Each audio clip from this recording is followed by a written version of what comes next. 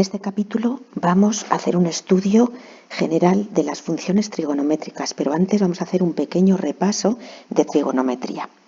Recordamos que en un triángulo rectángulo hay un ángulo recto y tres lados que reciben el nombre de catetos, los que que forman el ángulo recto, e hipotenusa, el lado contrario. Supongamos que vamos a estudiar el ángulo alfa y que llamamos al cateto con el que junto con la hipotenusa se forma el ángulo alfa, le llamamos cateto contiguo, y al que no tiene nada que ver con el ángulo le llamamos cateto opuesto. Bueno, pues las razones trigonométricas son las que permiten relacionar este ángulo alfa con las medidas de los lados del triángulo al que pertenece. Entonces, se define el seno de un ángulo como la relación entre el cateto opuesto y la hipotenusa, el coseno como el cateto contiguo y la hipotenusa, y la tangente como el cateto opuesto dividido entre el cateto contiguo, o seno entre coseno. Y se definen las funciones relacionadas con esta, la inversa de la cosecante, se entiende en el sentido de elevado a menos 1, la cosecante como 1 partido por el seno, la secante 1 partido por el coseno y la cotangente 1 partido por la tangente. Con lo cual, sabiendo que estas tres últimas son las anteriores elevado a menos 1, con saber las anteriores, estas se deducen y no hay que memorizarlas. Bueno, pues entonces, supongamos ahora que este triángulo rectángulo rojo lo inscribimos en una circunferencia de radio 1, con lo cual esta h vale 1. Y esta es la que se denomina circunferencia goniométrica, que está aquí representada, y aquí vemos ese ángulo alfa. Para tener claro cómo se nombran los ángulos crecen en el sentido contrario a las agujas del reloj, luego el ángulo alfa es el rojo, pero si damos una vuelta entera y además el ángulo alfa, tenemos el negro, alfa más 2k pi, suponiendo que medimos los ángulos en radianes y que una vuelta entera tiene 2 pi radianes. Entonces k es el número de vueltas que habríamos dado. Y si lo que queremos es contar los ángulos en sentido inverso, es decir, en el mismo sentido que giran las agujas del reloj, lo que hago es ir sentido contrario a cómo se cuentan y obtengo menos alfa. Bueno, pues pensando en representar los ángulos en esta circunferencia goniométrica de hipotenusa 1, importantísimo, quiere decir que estos dos denominadores van a valer 1, entonces en la circunferencia goniométrica de la derecha, en el ángulo alfa, sabemos que el seno es el cateto opuesto partido por la hipotenusa. Como la hipotenusa vale 1, el seno se representa por esta distancia en vertical y el coseno por esta distancia en horizontal. Y vemos que si vamos aumentando el ángulo, el coseno va disminuyendo, el seno va aumentando, hasta el coseno ser 0 en pi medios y el seno 1. Aumentando los ángulos llegamos a coseno menos 1, seno 0, aquí abajo en 3 pi medios, este último que hemos visto es pi, se me ha olvidado decirlo, 3/4 de circunferencia sería 3 pi medios, tendríamos coseno 0 y seno menos 1, y cuando llegamos otra vez al ángulo 0, hemos dado una vuelta, el seno de 2pi es 0 y el coseno es 1. Bueno, pues con este recuerdo muy básico del significado de las razones trigonométricas, vamos a estudiar ahora las funciones trigonométricas, que no son más que las que nos permiten asociar a un ángulo su seno o a un ángulo su coseno, etc. Bueno, pues empezamos, las vamos a hacer en paralelo porque están muy relacionadas el seno y el coseno.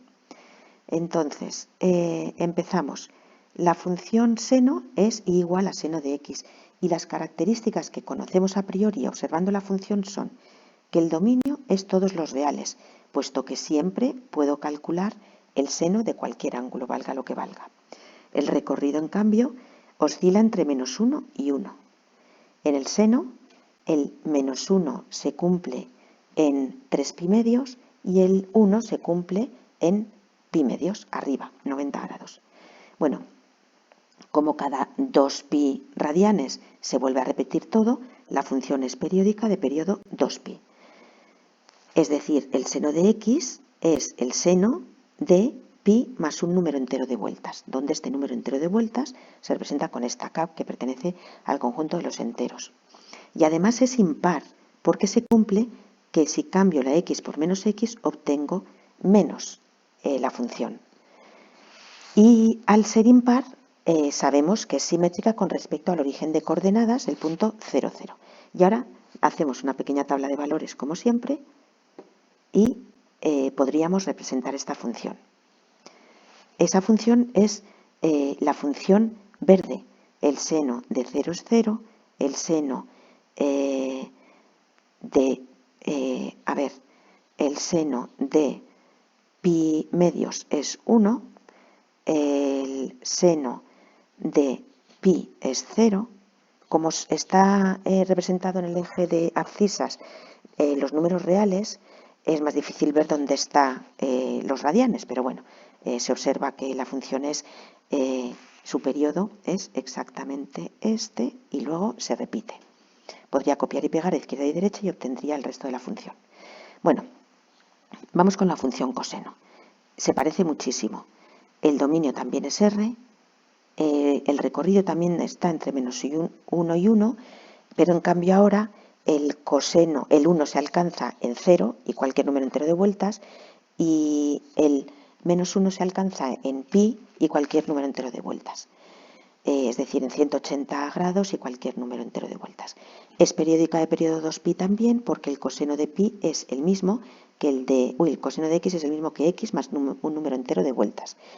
Y esta en cambio es par, porque resulta que si yo cambio la x por menos x, vuelvo a obtener la misma función.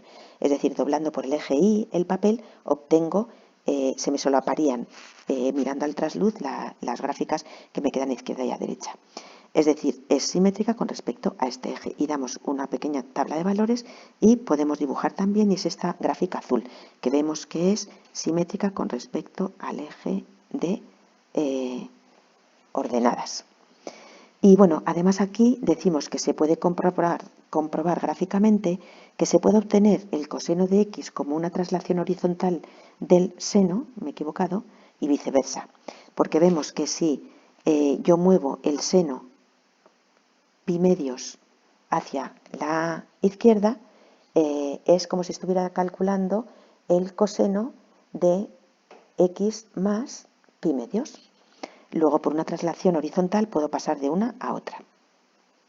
Vamos con la función tangente que hemos dicho, que era el seno partido por el coseno. Y esto hay que tenerlo presente.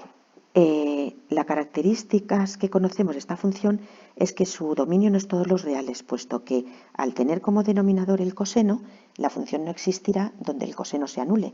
Y el coseno se anula en pi medios más cualquier número de medias vueltas.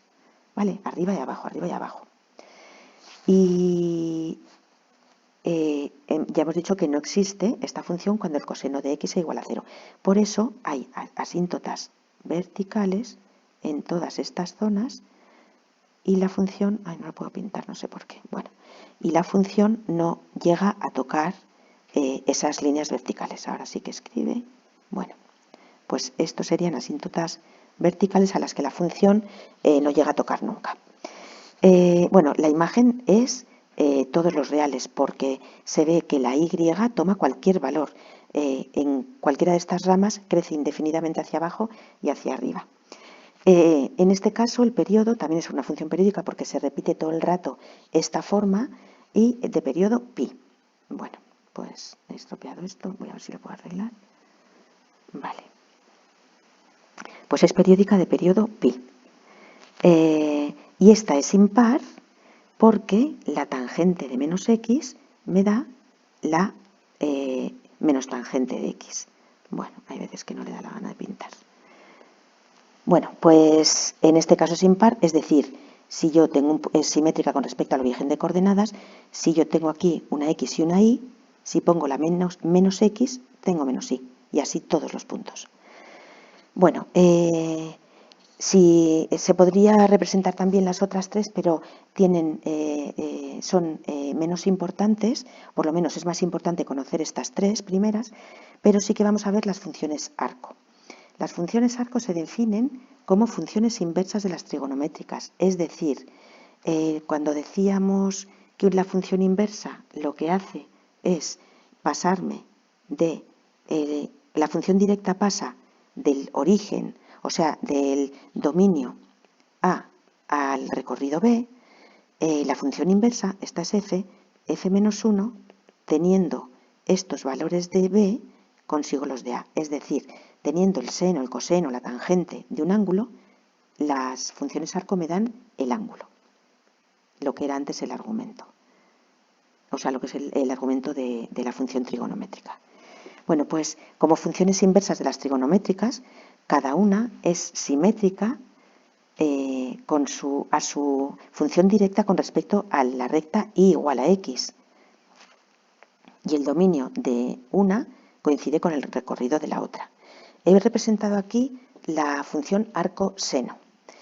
Y hemos dicho que la función inversa es como si se girara el papel.